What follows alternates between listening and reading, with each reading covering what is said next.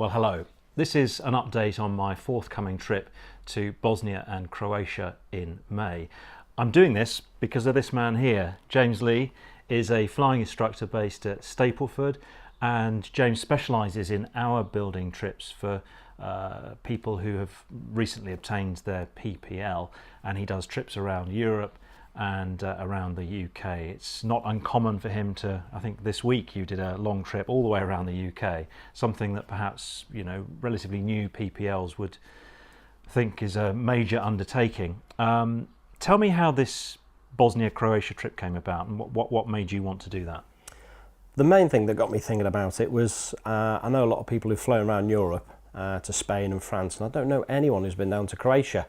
I don't know if it's a hangover from the war that was there, people have stayed away, but it's a beautiful country, and I thought, why not? Let's go down to Croatia, and it would be nice to pop into Bosnia. And you've got a connection with this area, haven't you? Correct. I've got a military background, and I served there during the Yugoslav wars, the civil wars of the mid-90s. I did 2 tours there, based in Croatia, but the job I was doing, I was a driver, so I drove pretty much all around the best part of the Dalmatian coast and Bosnia-Herzegovina, including Sarajevo. And the last time you were there? 1998. After the war, it was all sort of calmed down a little bit there, but it was still a lot of rebuilding going on, so it would be nice to go back and see how the country's moved on in the last sort of 15 years or so. It looks to me like a major undertaking, and for someone that's perhaps only ventured as far as France and Scotland, going all the way to the Balkans seems like a major undertaking. I mean, to you, is it a challenge to you as well, or is this something that you would do on an average weekday? Not really, no. This one takes a little bit more planning. Yeah. I've been as far south of France, Italy. I've not been over to Austria where the route takes, and I've definitely not been down as far as Croatia. One of the longer trips I've done before has been down to Corsica, then across to Spain, down to as far as Jerez before coming back up. So this is a longer one, which, like I said, involves a little bit more planning, and you know, we need to contact a few people en route just to make sure there's no surprises. From your experience of doing these long hour building trips to other parts of Europe and so on, do they actually end up being quite straightforward, or some of the worries that I might have at this point about maybe getting stuck somewhere, problems with customs, you know, perhaps you know, challenging weather and so on? Do those sort of concerns come into play, or generally do you find it all fairly straightforward? It is generally straightforward. There are some sort of countries that they have their own little regulations. For example, our trip in Sarajevo, we've got to get a slot. But what I've done there, I've never flown to Bosnia or Croatia, so I contacted somebody in Sarajevo and literally said, are there any strange little peculiars that we need to know about? And he wrote back saying, yep, you've got to book yourself a slot, otherwise you won't get in. But generally, on the whole, it's about confidence. It's about confidence. Once, you must remember, the first time you flew to France, it must have been quite a big thing. Now you can pretty much fly to Le Touquet, and it's just like flying to an airfield in the UK. It's no great big deal. And flying around Europe, the ATC are generally quite good. It always follows the same script.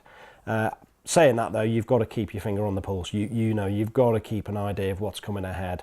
The high ground we get around Europe are a little bit different from the South Downs in Kent. You know, some of the high ground we get really high.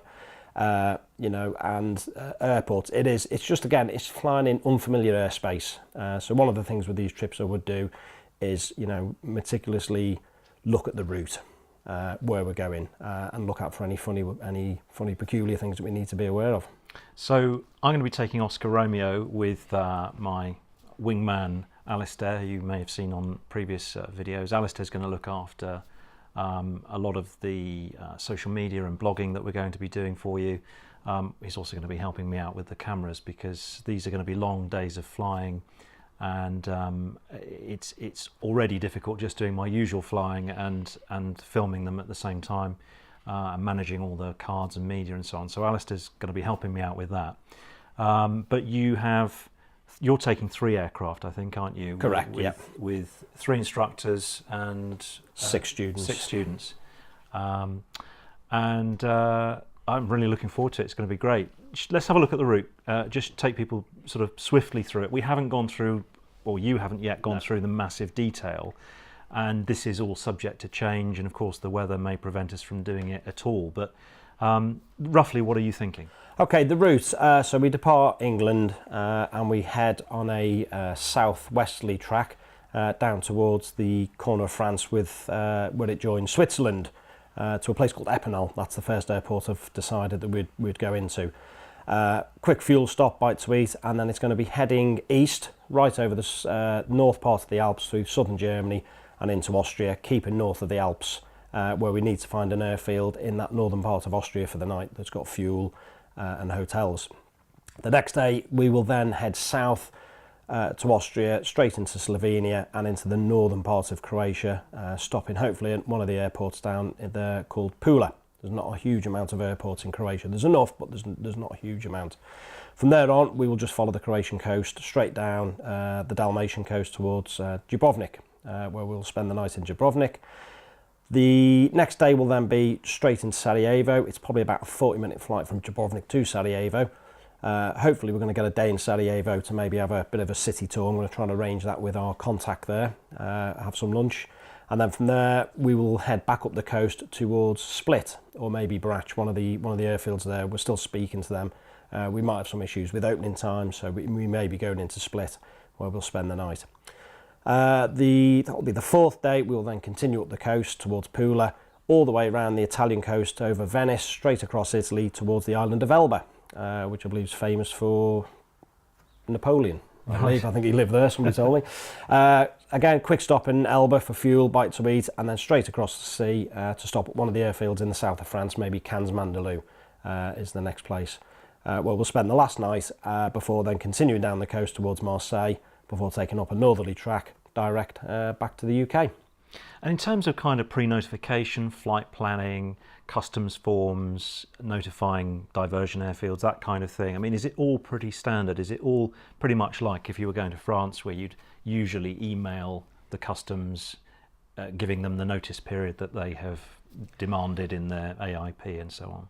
Yes, I mean, we will be doing flight plans. My plan, though, is because there's 4 aircraft turning up, I don't want to turn up announced, I will email them all beforehand and say, look, you've got 4 aircraft from the UK turning up, and I'm just double checking, have they got fuel, there's any strange things going on.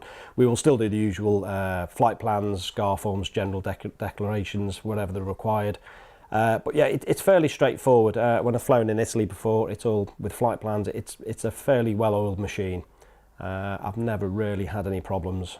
And of course, other than France, where they seem to have this peculiarity of talking in French sometimes, don't know why they do that.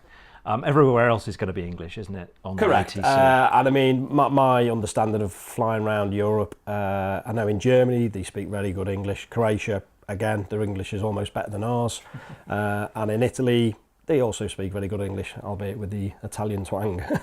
What do you think are going to be the biggest challenges for this trip? The challenges mainly being the weather. Normally when I'd say we're in northern part of Europe down to the Alps. We've picked May because I'm hoping it's going to be quite sunny but not too hot, so the temperature's going to be down. I'm hoping once we get down to the south of the Alps and Croatia that we're going to be cav okay most of the way. But we have got a lot of high ground in Austria. When we go into Sarajevo, that might be tricky. You've got peaks of 6,000 feet. And again, when we come back around over Italy, we've got some fairly high ground we need to be aware of. And the challenges will be, if we can't get to Sarajevo or across Italy, we've got to think of a plan B. Where are we going to get home? I'll be keeping you updated on these pages, so come back regularly. I'll obviously drop you a line if there's some new information. And as we get closer to the trip, obviously the details will become more precise. And then when we're actually flying the route itself, we hope to be blogging daily, updating you on where we've got to and what's happened, and you can follow those on these pages as well. And then, of course, eventually the plan is to make a big film about this for the YouTube channel, and you'll be able to see some of the scenery and some of the no doubt mishaps and adventures that we'll face along the way. And you, of course, being from the military, what's the phrase? I've got another friend from the military who says, in terms of planning, you've got to adapt and Overcome. Adapt and overcome. So no doubt there'll be lots of that going on as we go through the route. James, thanks ever so much for taking us through that. No problems. And I will be catching up with you, no doubt, pretty soon as our plans start to get more precise. Speak to you soon. Bye-bye.